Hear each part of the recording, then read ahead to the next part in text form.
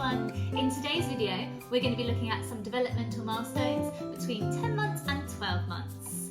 My little boy is 11 months old, almost, so he's slap bang in the middle.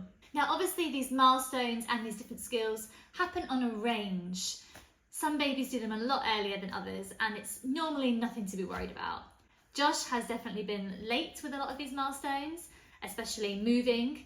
He's never crawled, he's finally started bum shuffling, and for a while I was quite worried about babbling, but then that just happened overnight. So do try not to worry if your baby isn't doing all of these things. However, it's fun to play games and do activities to help your baby with these skills and milestones. So today I'm going to be sharing some of the things that I do with my little boy Josh. Just a quick introduction, if you haven't seen me before, I'm Amy. I'm a primary teacher specialising in the early years and now a first-time mum. And I've got a big interest in child development and play. So let's start with gross motor skills. So at 10 to 12 months, your baby should be sitting up without support, and they should be starting to pull themselves up and moving around by crawling or bum shuffling if you're like my little boy. Babies within this age range are usually starting to walk with support, holding onto somebody's hands or using a walker, and they're also starting to cruise along furniture. So cruising is when they're holding onto something and moving along. And then some babies do take their first steps by themselves by the time they're 12 months. So we have been working on Josh's cruising skills and starting to walk along furniture with support. So a simple activity you can do for this is to set up some interesting toys along your sofa and encourage your baby to move from one to the other. Josh is just starting to do this now and can take little steps along the sofa to get to the things that he wants. That's it. Good job.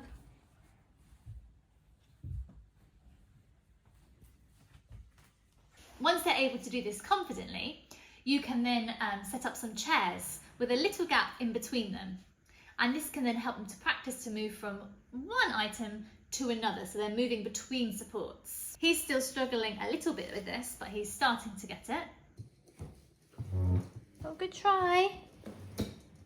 Yay! Another gross motor skill is to be able to go from the standing position and kneel down to pick up an object and come back to standing. So while they're standing on the sofa or on a chair, you can put an interesting item on the floor and encourage them to reach down and grab it to play with it. Josh isn't quite there yet with this, we have been practicing it, but at the moment he just sits down and plays with it on the floor. He is not able to get back up again. So let's talk about fine motor skills next. That's using the little muscles in their fingers and their wrists to be able to do things like picking up things. And later on this leads to writing skills, drawing, being able to hold a pencil. So in this age range they're starting to get better fine motor control, better hand-eye coordination. And we're working on using their thumb and their forefinger to grasp things and pick things up. So there are loads of things that you can do at home to help this skill. Josh really enjoys these Montessori puzzles, and they're great because they've got these little knobs on them. I think I've talked about these before. And so he has to use his pincer grip to pick up the pieces and put them back in. He's not quite there with putting them back in, but he loves taking them out. If you're doing baby-led weaning, this is also great for those fine motor skills.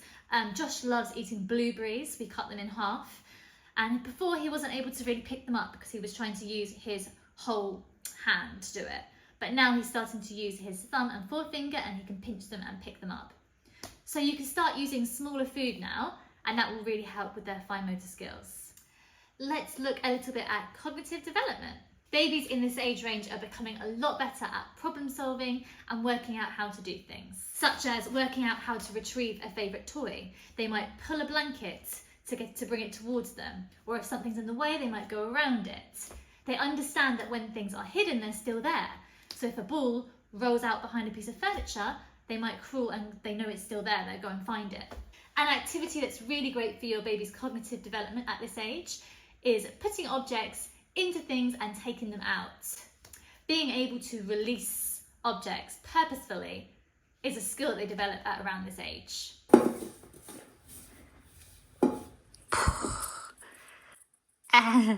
We're going to put it in the tin. In. Yeah. Yeah, good job. In the tin. Put it in. Yeah. Yeah, this. Well done. So taking things in and out of containers, whatever you've got, jugs, bowls, I literally keep everything. So we got given a tin of chocolates. I kept the tin, it's one of his favourite toys. It makes a really satisfying sound when he drops things into it. He also just really likes this Actimel container. I washed it out and saved it when it was finished. And he loves opening and closing the lid, which is good for their pizza grip, by the way. And putting things in, taking them out. So any containers you've got, obviously the smaller the container, the bigger the challenge. Another toy that we've got that's really good for the skill of releasing an object and being able to put something in the right place is we've got, I'm trying to remember what it's called, a ball tracker. It's a Montessori toy. It's a little bit on the pricey side because it's wooden, but it's one of his favourite toys and it's been really, really good for helping him develop that skill. It took him quite a while to figure out where he needed to put the balls. He kept trying to put them into the middle and he didn't quite have the control at the beginning to put them in such an accurate place. So they would, he'd just miss and it would fall off. But now he's been practicing his skill and he is really, really good at putting the ball at the top and he loves watching it go down. If you don't mind splashing out on a toy, that might be one to invest in. Throwing balls is also a great activity for this age group. It's great for their fine motor control, but it's also good for their cognitive development, being able to release the ball and being able to keep their balance at the same time. My baby loves playing with this big sensory ball. So we play lots of games where we roll it back and forth to each other, or I bounce it on the floor to him, and then he has a go at bouncing it. And now he can finally move, and he likes to bounce it on the floor, watch it move, and then bum shuffle over to it, and do it all over again. Good job! We also have balls from a ball pit, and he loves throwing those as well. One of his favourite activities is to sit in his laundry basket and to throw all the balls out. Okay, let's talk about language and communication. So at this age, your baby should start to respond to really simple verbal requests and should have some understanding of some simple sentences. It's really hard to know what they can understand at this age. I think my baby understands more than he's letting on. I've tried lots of things like, oh, can you pass me that toy, or pass me the object? Things like that is really great. He doesn't really do that. I think that's through choice. I think he understands. They're starting to use gestures such as waving, pointing to things, shaking their heads. That's probably one that's going to come quite early. And some start having first words like mama, dada, maybe a pet's name. I'm pretty sure Josh's first word is going to be the cat's name because he's obsessed with him. So for this skill, you don't really need to be doing anything special. You just need to be doing lots of interactions and talk with your baby. Things that you would do in everyday life. So things like narrating what you're doing. Oh, we're going to put your shoes on now. Or, oh, you're reading your book. You're pushing the digger. You're pushing the digger. What was that? Is that the wheel? Oh, I see. Is that for me? Making sure that you're having a back and forth interaction with them. So if they're making sounds, you can respond to their babbles. You can repeat their babbles back to them. Making sure there's lots of eye contact and smiles. I've been trying to get Josh to do things like clapping.